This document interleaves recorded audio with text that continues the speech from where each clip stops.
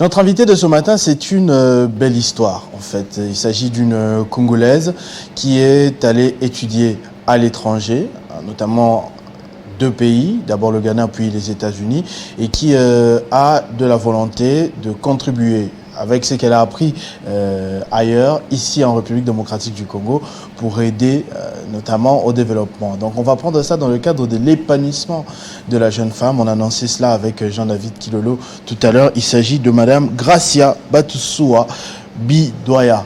Bonjour et bienvenue. Bonjour, merci de m'avoir ici. Heureusement au moins que vous parlez français. J'ai essayé tout à l'heure avec vous, c'est très bien, parce que si c'était l'anglais, ça allait être très compliqué pour moi. J'ai pas encore mangé ce matin. Ok, on va faire avec le français.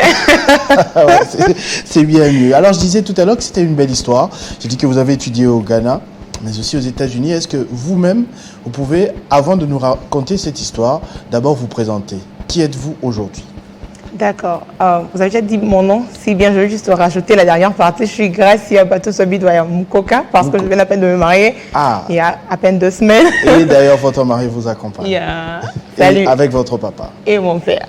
Voilà, actuellement, je suis en train de faire des études en doctorat. Je finis mon premier semestre. Je vais entamer le deuxième qui va bientôt commencer. C'est pourquoi je dois vite rentrer.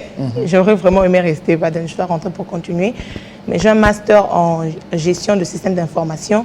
C'est également le même programme que j'ai fait pour mon programme de licence. Donc ma licence et mon master sont en gestion de systèmes d'information, Management Information Systems.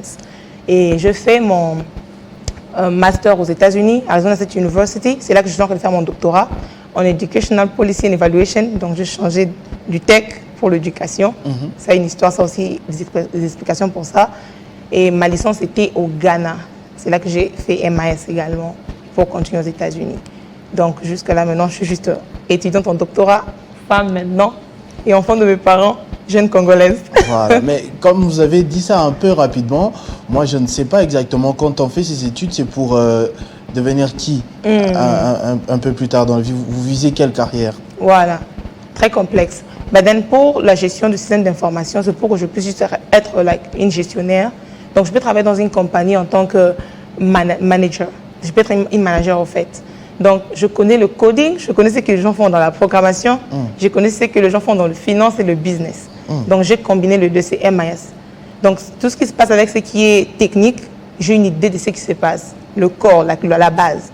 Et je sais également le côté où on doit générer du finance. Donc on n'est pas juste là pour dire voilà, ok, vous apportez les matériels, vous allez programmer toutes ces choses, mais comment on va générer des profits venant de toutes ces décisions. Donc je dois gérer et puis voir qu'est-ce qui donne sens pour notre business. On dit ça en anglais, you need to put money into whatever you are doing. Donc je dois être en mesure de monétiser tout ce qu'on est en train de faire et donner profit. Donc je suis manager pour ce côté-là, pour ma licence et mon master. Alors ça c'est très bien, mais on voit en même temps que vous êtes quand même jeune. Je ne vais pas me permettre de demander votre âge ou quoi que ce soit, mais on voit que vous êtes jeune.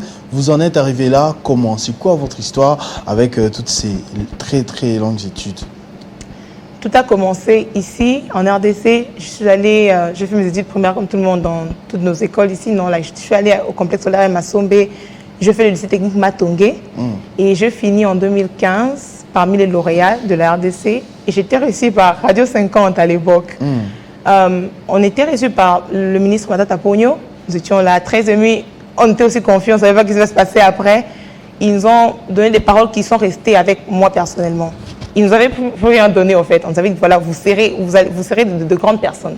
L'avenir du Congo dépend de vous. Il n'y avait pas de monnaie ou un truc, vous savez. Je sais que mes parents après ça, ils étaient un peu pauvres parce que tout le monde pensait qu'on avait reçu quelque chose au fait.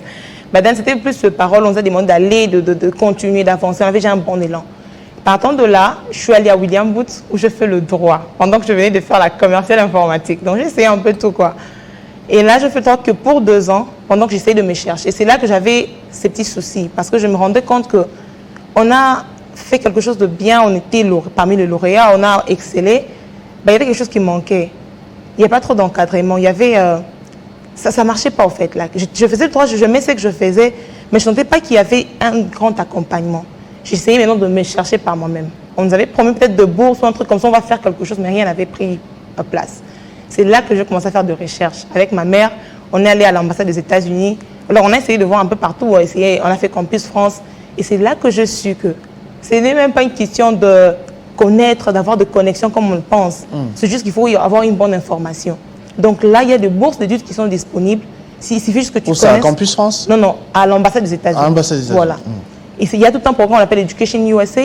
Il y a des bourses qui sont disponibles. Il suffit que tu connaisses l'anglais, que tu aies des bons pourcentages, que tout le monde fait quasiment ici. Il y a tout le monde qui fait des 80 et au-delà. Parce que la marge au niveau international, c'est quand tu as 75 et au-delà. Et à l'époque, j'avais 76%. Donc, quand tu as juste de bonnes bases, tu peux au fait exceller. Et c'est de là que j'ai commencé le programme. J'ai obtenu une bourse pour aller au Ghana, une bourse totale sous la fondation Mastercard Foundation, qui est très dédiée à offrir de bourses aux personnes qui ne sont pas en mesure de pourvoir pour leurs études. Tu dois juste être, d'abord, même le fait que tu ne peux pas payer tes études, te qualifie au fait. C'est l'une des qualifications ou des critères d'éligibilité. Et la personne doit être intelligente. Donc, tu as des très bons points à l'école. Donc, c'était au fait ces deux caractéristiques et puis autre chose, le leadership, ta volonté de vouloir partir et revenir. Et il y a aussi un point fort avec la Mastercard Foundation, c'est de vouloir donner en retour. Et c'est pourquoi je suis au fait retournée, juste pas pour le mariage, pour te donner en retour, de penser aussi aux autres, de penser à d'où tu viens. Donc, c'était au fait ça, toutes ces caractéristiques, j'étais en mesure de tout remplir. Et c'est là que je suis allée au Ghana. Du Ghana, j'ai obtenu une bourse pour moi. C'était un master accéléré que je fais aux États-Unis et maintenant je fais les doctorats. Moi, selon mon expérience personnelle et d'après les informations à ma possession, souvent, quand les talents congolais partent, ils ne pensent pas trop à revenir, en fait. On appelle ça la fuite des cerveaux, c'est ça. Donc, ils partent, ils disent... mon intelligence sert beaucoup plus ici qu'au partant même de votre propre exemple. C'est-à-dire que vous étiez lauréate, on vous a promis, on vous a donné des paroles, mais après, ça n'a pas suffi. C'est par démarche personnelle que vous vous êtes retrouvé pour avoir une meilleure formation. Mais pourquoi vous pensez à rentrer? Pourquoi ne pas continuer d'exceller aux États-Unis, le pays qui vous a ouvert le plus de portes? Une très belle question. C'est pourquoi je suis là. Parce que on est mieux que je sois, au fait. Et tout ce qu'on essaie d'acquérir, ce n'est pas juste pour aller émerger ailleurs. Parce qu'on n'a vraiment pas beaucoup à offrir de l'autre côté. Ils ont déjà presque tout. Mais il y a tellement de possibilités ici.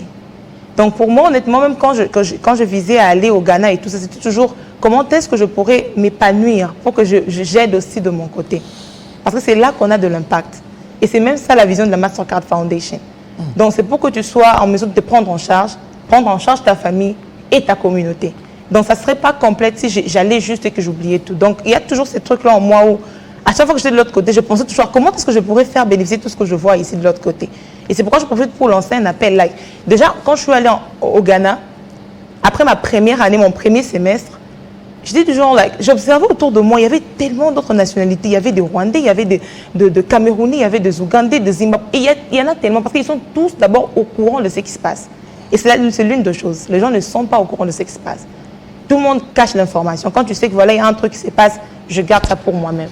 C'est ce que je ne voulais pas faire. Ce que toi tu give back, c'est donner en retour cette information. Voilà, c'est ça en fait ma façon de give back. De vouloir que les gens sachent que ces choses existent et comment même s'y prendre. Donc, je ne vais pas juste là pour dire que voilà, ça existe, comment s'y prendre également. Parce que après ma première année, comme je disais, j'ai commencé ce programme quand je suis rentrée à la maison avec l'aide de mes parents, de mes frères autour de moi. Je suis rentrée dans mon école. J'en ai parlé. Je suis dans d'autres écoles. J'ai là parlé de ça. Voilà, il y a ce qui se passe. Mais souvent, le Congolais, de fois, bourse d'études, comment se faire. Et je t'accompagne sur le processus au fait, comment le faire. Et on a juste ce petit problème où tout le monde pense que voilà, peut-être que tu es juste chanceuse, tu es juste talentueuse. Bah, c'est peut-être ta famille, des connexions. Ta famille, exactement. Mais ce n'est pas en fait le cas.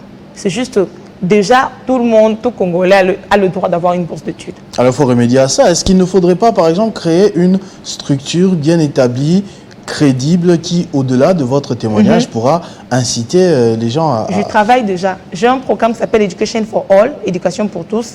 Et j'ai commencé juste parce qu'il faut que je commence quelque part. Donc, je travaille déjà en collaboration avec mon école, le Stigma Matongué, où on a quelques élèves qui sont déjà brillants.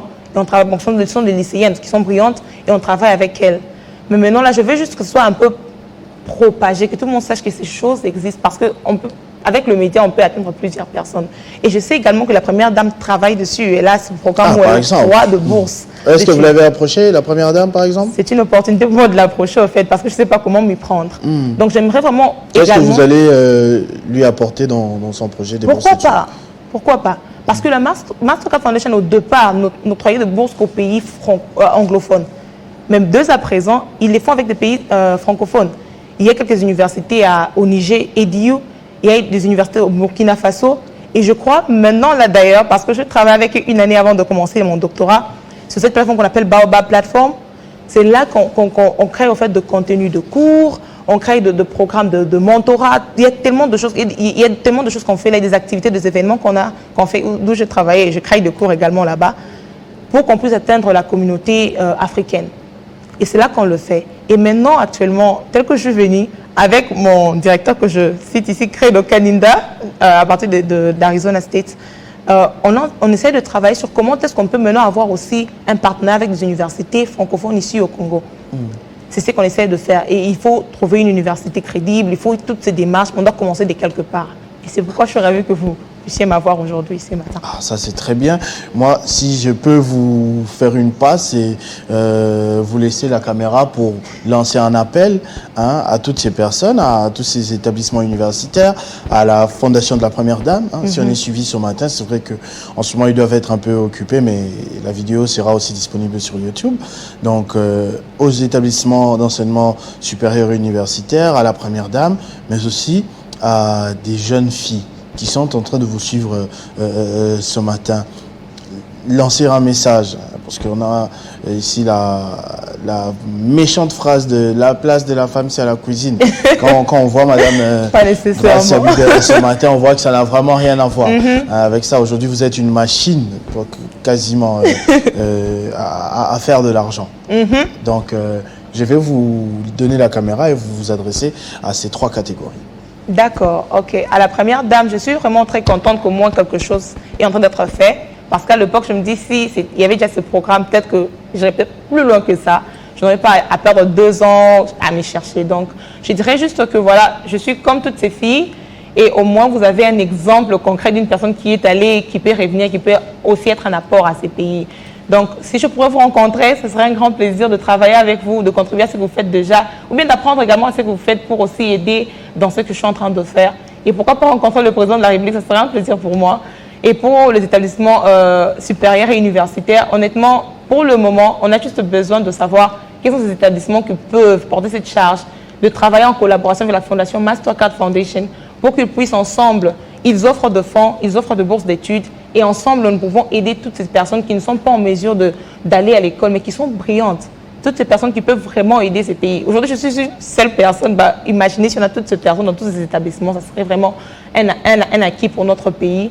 Et la 4e catégorie, la 3e, la jeune fille.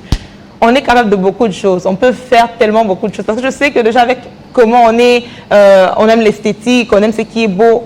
Si on peut rajouter ces côtés intellectuels, on va vraiment créer quelque chose de très beau pour ces pays. Tu peux faire mieux, jeune fille. Tu as tout ce qu'il te faut, en fait. Et tu ne sous-estimes pas.